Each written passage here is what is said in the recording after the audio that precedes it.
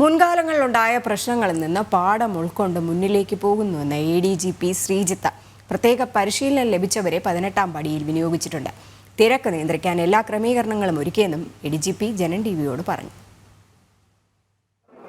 പുലർച്ചെ നട തുറന്നപ്പോൾ മുതൽ തന്നെ വലിയ രീതിയിലുള്ള ഭക്തജന തിരക്കാണ് സന്നിധാനത്ത് അനുഭവപ്പെട്ടുകൊണ്ടിരിക്കുന്നത്. 70,000 പേരാണ് ഇന്ന് വെർച്വൽ ക്യൂ വഴി സന്നിധാനത്തേക്ക് എത്താനായി, ശബരീശ ദർശനത്തിനായി എത്താനായി ബുക്ക് ചെയ്തിരിക്കുന്നത്. എന്തായാലും സുരക്ഷാ ക്രമീകരണങ്ങളൊക്കെ തന്നെ പൂർത്തിയാക്കിയിരിക്കുകയാണ്. എന്തായാലും ഒരു വലിയ ആശങ്കയുണ്ടായിരുന്നു. തിരക്കിൻ്റെ ഒരു പ്രധാനപ്പെട്ട പ്രശ്നം തന്നെയായിരുന്നു കഴിഞ്ഞ തവണയൊക്കെ ഉണ്ടായിരുന്നത്.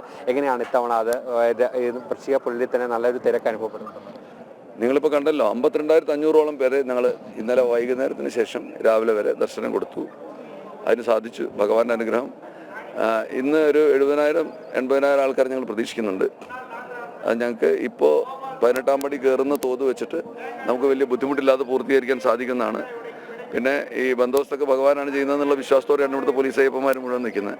അപ്പോൾ അത് ഭംഗിയായിട്ട് പൂർത്തീകരിക്കാൻ അദ്ദേഹം അനുഗ്രഹിക്കുമെന്നുള്ള വിശ്വാസത്തോടുകൂടിയാണ് നമ്മൾ പരമാവധി ആൾക്കാർക്ക് ദർശനം കൊടുക്കണം എന്നുള്ള തീരുമാനം എടുത്തിരിക്കുന്നത്. ഭക്തരോടൊരു വാക്ക് മാത്രമുള്ളതെന്ന് വെച്ചാൽ അവർ എത്രയും പെട്ടെന്ന് 18-ാം പടി ക്ലിയർ ചെയ്താൽ പുറകിൽ നിൽക്കുന്നവർക്ക് അത്രയും സൗകര്യമാകും.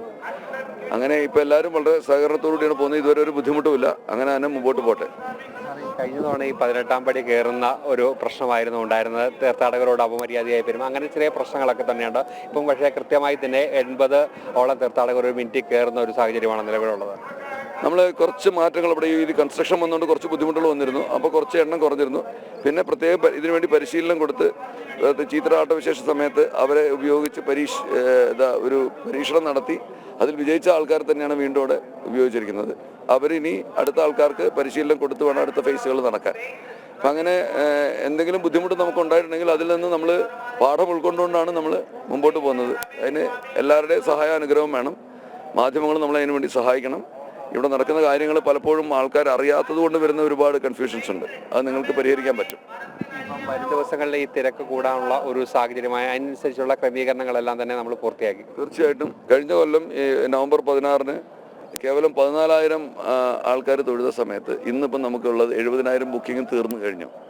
അത് അടുത്ത നവംബർ 30 വരെ ആ തോത് തന്നെ തുടരുകയാണ്. ഇതിനുള്ള സംവിധാന സജ്ജീകരണങ്ങൾ നമ്മൾ ഓൾറെഡി എടുത്തു കഴിഞ്ഞു, നടത്തുന്നുണ്ട്. ബുദ്ധിമുട്ടുകൾ നമ്മൾ പ്രതീക്ഷിക്കുന്നില്ല. ഈ എല്ലാവരുടെയും സഹകരണം ഈ കാര്യത്തിലുണ്ട്. ദിവസം പൂർണ്ണമായി നമ്മൾ സഹകരിക്കുന്നത് സർക്കാരിൻ്റെ കർശനമായ നിർദ്ദേശം എല്ലാ ഡിപ്പാർട്ട്മെൻറ്റ്സിനും ഉണ്ട്.